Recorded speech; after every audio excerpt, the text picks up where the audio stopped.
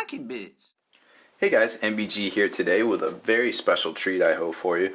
This is a look at the White Dwarf 161 from May of 1993, which is over 20 years ago, but just barely, of course. This is a very, very exciting issue. A lot of things happened in 1993 as far as Games Workshop goes and the hobby goes. Obviously, a lot of it for the betterment of the hobby because we have so much cool stuff out now. But back then, it was a very, very, very interesting time. It was the red period, as a lot of people like to call it, where it seemed like they painted everything red in the White Dwarf and the books and things like that. The second edition second edition 40K hadn't even come out yet. There was no second edition codexes. It was basically Rogue Trader era still. They had reprinted the rule book a couple of times, and there was miniatures and things, but nothing cohesive, nothing that binded everything together like we know today. Fantasy was a little bit smaller. It was, I want to say it was 3rd or 4th edition. I totally forget, and I don't know. I think 4th is too early. It was just very cursory for me back then, fantasy. I remember the Chaos Dwarfs because they were really awesome looking, and this was a big thing when they had first started to appear. A lot of it was not the game we all know today as fantasy with huge units and things like that. It was more of I don't really know how to put it. It was just a little different, and they started coming out and they started consolidating a lot of their sculpts together. Like they took the Marauder line, they took Citadel miniatures, and they kind of put it all under one umbrella of Games Workshop and started producing the blister packs, the redback blister packs and blueback blister packs that we all have probably seen at some point in clearance bins or maybe still on the walls at your local game store. But they're out there still, and back then they had just started to appear when this issue of White Dwarf came out, which was pretty remarkable, and it's definitely a huge blast from the past. So there's a lot of stuff in this White Dwarf. Oh, and another thing, the very first Games Day in America happened in 1993. The very first Games Day in Baltimore, the very first Golden Demon Awards. And there's a lot of stuff in this White Dwarf that's really cool. You might notice there's also a free game enclosed in this White Dwarf. How nice of them. The game is actually Horus Heresy, the board game that we all know and love. There's a huge Fantasy Flight board game out there. There's a series of novels. Forge World, however many rule books Forge World's going to come out with. This wasn't the beginning of it. It was actually kind of a cursory remark from the late 80s in just a little bit of background fluff. But this game that Jervis Johnson and Andy Chambers came up with actually started, I think, to kick it off a little bit, maybe, harking back to some of the articles they wrote that filled out a lot of the fluff and things like that. So let's just take a look at it here. It's definitely a rather old magazine. Now you'll notice here, a lot of this terrain that you're going to see for on the 40K side was reused a lot in the second edition codexes that you're going to see a whole lot of if you have any of those or you're watching other videos. Here's some of the epic stuff. Actually, it wasn't actually called epic at that point. There was actually Space Marine the game was actually a thing, and then what was it? Rogue Trader for Warhammer 40K as a game, quote unquote Rogue Trader. Was also a thing, and then they kind of compounded it into 40K itself being the larger game when second edition came out. So right now, at this issue, it's kind of like a flux where all that is happening. About 76 pages here. Now, the normal White Dwarf is roughly, I think it's 110, 150 sometimes, but I believe it's right around 110. So you're talking roughly the same size. Some issues are double the size. This was very interesting to see here. Member of the Audit Bureau of Circulations audited at 67,800 copies per month. That's pretty incredible. I don't know if that's worldwide, but that seems pretty good. I mean, if they're still selling 67,000 copies of White Dwarf in this day and age, I'm sure they're super proud of themselves. That seems unlikely, though, with the internet and all that, but who knows? So lots of interesting stuff going on here. GW and Citadel news. A lot of we're going to take a look at that. Deathwing Terminators had just come out. Andy Chambers gave some uses on them, some rules and things like that. North American independent retailers. Strangely enough, they could only fit the ones from Minnesota through West Virginia. So the second half of the United States and the first half of Canada are listed in here in 3 pages. Very interesting stuff. Let's take a look at that and let's discuss a little bit. Chaos Dwarfs, Rick Priestley, one of his pet projects from back in the day, definitely really iconic of that period. Goes over that, goes over how to basically all the rules and things like that. Man of War, the precursor to Dreadfree, the precursor to a lot of things that we have currently, maybe out of production, of course. You know, they kind of killed off Specialist Games, but it was a thing back then. Chapter approved independent retailers. There was like 6 of them, I guess, which was their, you know, their thing about independent retailers that met their standards and things like that. Here's the board game, the free board game in here. Horus Heresy, of course. War Master, which was actually it was the game basically based on that. Heavy Metal reference guide, where Mike McVeigh himself, of Studio McVeigh fame these days, as well as previous Privateer Press fame, in his younger years, he did a lot of work with Games Workshop, which you might have known, might not have known. If you ever remember seeing the spectacular diorama of Azrael standing in a sanctuary with a little pulpit and things like that, that was one of my favorite dioramas by Mike McVeigh, actually. And he did a lot of work back in the late 80s, early 90s for Games Workshop, and strangely, a lot of it has been forgotten, mostly by them, not showing it off anymore, I guess. Then we got a lot of studio painted stuff here. Gargants, which this was that Space Marine game I was talking about, which was basically before Epic came out. It was 40 Space Marine. I can't even remember all this stuff. It changed so quick back then. It was like the Wild Wild West. So let's take a closer look here. Let me get this page turned. Okay, so this is actually pretty useful here. We got the Citadel News. Los Angeles store under new ownership.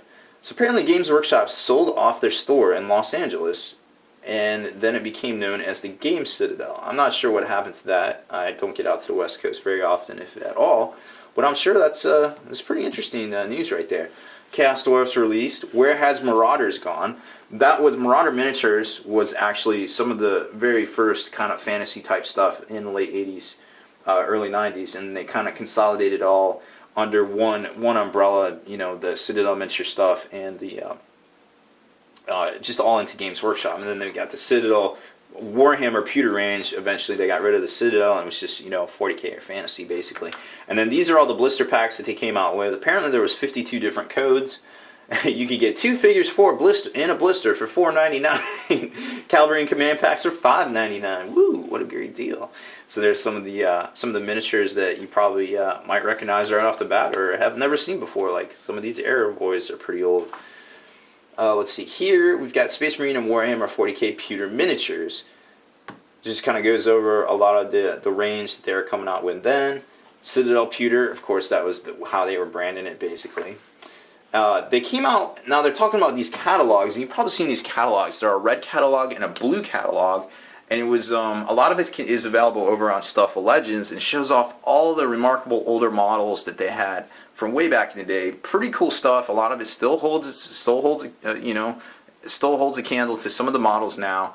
It's definitely withstood the test of time. Really cool stuff. I definitely, if you got free time, check out stuffoflegends.com or something. I don't know the exact web address, but they've cataloged a lot of that, and these catalogs are pretty spectacular, and they're talking about picking them up. I think they were only like $5 back then, and now they'll cost you way more than that. So Warhammer 40K Deathwing Terminators were, I guess, a new release around this time. Apparently Terminators have refractor fields, which was pretty interesting read. Here's how they work. Some previously very lost art there. I hadn't seen that one in quite some time. Then they're talking about teleporting and deep strikes and things like that. That, you know, if you do a teleport attack here, it costs double to field them. Here, like I was saying before, from Minnesota to West Virginia, so basically the second half of listings for the United States. These are all the stores that carry Games Workshop, which, if you think about it, that's actually a lot of stores. There is roughly 60 in each column, I think, if I counted them out earlier, right? So you multiply that by 2, and you've got quite a lot of stores. And I'm not sure how many stores there are now, but I can definitely tell you that a lot. It seems like there is way less these days carrying Games Workshop than there was 20 years ago. Whether that's an industry thing or not, I guess remains to be seen. So this is that Citadel Miniatures catalog I was talking about. Well, I guess that. Oh yeah, this is it right here. This was a green one actually. I don't remember this one. There was a blue one and a red one. I don't remember this one, so that's very interesting to see that. I'll have to look that one up. Chaos Dwarfs, I guess it had just come out. Of course, sculpted by Alan Perry. It's amazing stuff. This is just kind of some of the background and things like that. Remember, these guys hadn't even had their army books yet. They basically put everything out in the White Dwarfs, and this was how they got everything out to people and how they kept selling the stuff, and maybe why their subscription and readership was so high. So here's the actual rules for the models for the Chaos Dwarfs that had just come out this month. And then you kind of get into the Man of Wars, basically the sea game, which was the precursor to Dreadfleet, of course. Then moving on, lots and lots of that. Then we get to the chapter approved independent retailers, and these guys that Games Workshop says if you go here they will have stuff and they will treat you right. So go there. Here is the Horus Heresy, the war game basically, with a lot of the fluff that they had reprinted from earlier articles. And a lot of this is stuff you've heard of, a lot of it is different. Here's the Emperor leading the first chapter, of course, the Dark Angels in the Cleansing of Terra during the Unification Wars. And here's the Horus Heresy, the actual board game itself that you could purchase from them. And then they have a little bonus game in here called War Master, which was pretty interesting. It was basically taking the Horus's ship, which of course wasn't called the Vengeful Spirit back then, but here's the rules for it, and it's just basically like moving a bunch of the same pawns that you could get in that Horus Heresy board game that they sell. There's Jervis Johnson himself, sports some pretty sweet shades, some semi-aviators there. So here you go here, and then here's the cardboard cutout, the pawns, and how everything works. And where did the board go? Did I skip the board? Oh, there it is. Okay. So here's the game board itself. Sorry, it's hard to kind of show this here. So here's the Vengeful Spirit and all the stuff going on, and they're trying to make it to the bridge, and they have to lock out certain areas and do things like that. And then you got a couple of different guys that I had never heard of, and I'm not sure made the fluff cut. But you got the Greater Demon Doombreed, and there was a general, I think. You got Magnus, which I'm not sure was exactly on the ship, or Angron, of course. I don't think was on the ship either. Chaos Squats, yeah, there they are. They're not dead. Chaos Androids, which were those crazy robot things that looked like dreadnoughts from back in the day that you may or may not have seen. Different Chaos Space Marines, of course, T-Sons, the Death Guard, you got Berserkers, and you got the Sons of Horus, or Black Legion, I guess, at that point, and the Emperor's Children, more Slaneshi Daemon Horde things, and another Greater Demon I had never heard of there. Then you got the Emperor, Primarch Earl of Dorne, Sanguinus, General Kane, never heard of him, Terminators and different things, it's all companies. So, Imperial Guard. Lots of stuff going on there. It's just very interesting, and the fluff. It's a pretty good read. I'll leave it up there so you can take a look at it. And then you got the Doom Breed, and they kind of explained that. It was, it's pretty interesting stuff.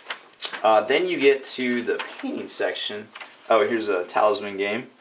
Talisman was a little bit different back then. It was more of a not exactly like it is now from Fantasy Flight. It was more like a kind of like a card game, I guess, like a living card game, more of a living card game than an actual board game. But it was interesting, and it's been through quite a few revisions. Here is Mike McVeigh, a way younger Mike McVeigh, showing you how to paint some fantasy models. Lots of cool stuff. Very basic, but hey, there wasn't a whole lot to go on back then. I mean, this was painting gold right here, you guys. There was no internet. There was no... I sound like an old guy, but there was no internet. If you want to learn how to paint something, you had to go to the game store. You had to bribe somebody to tell you. There was no way to figure this stuff out. I mean, this right here was gold. You got this in your hands, and you could do stuff, and you could paint things, and it was amazing. So we got different galleries and things like that, and then Space Marine was actually the precursor to Epic, and then here is Gargant's kind of a sub species or sub game and things like that, sub rules to that game itself, which they kind of like to showcase in here. Another little funny presents thing at their hobby stores, and then what they really like to do in the back of oh yeah, of course, we'll get to that in a second. Games Day, the very first Games Day, in incorporating the 1993 North American Golden Demon Awards. I believe this was the very first one way back in the day, and it's kind of neat to see here where they got all the different things going on. You got 40K, Rogue Trader, of course, Warhammer Fantasy, which they didn't really differentiate back then. The Space Marine, like I said earlier, precursor to Epic. And then when you get, yes, here we go. So what they used to like to do to put in the back of these magazines was show you all the different parts and things to certain kits, the new kits for the month. And they also put these in the back of the codexes and army books and things like that. So here's, I guess these were the big new releases for this month, so they wanted to show them off, of course. Don't know why, but I guess that's just how they did. And then a little showcase of the new Chaos Dwarfs as well, battling the High Elves here.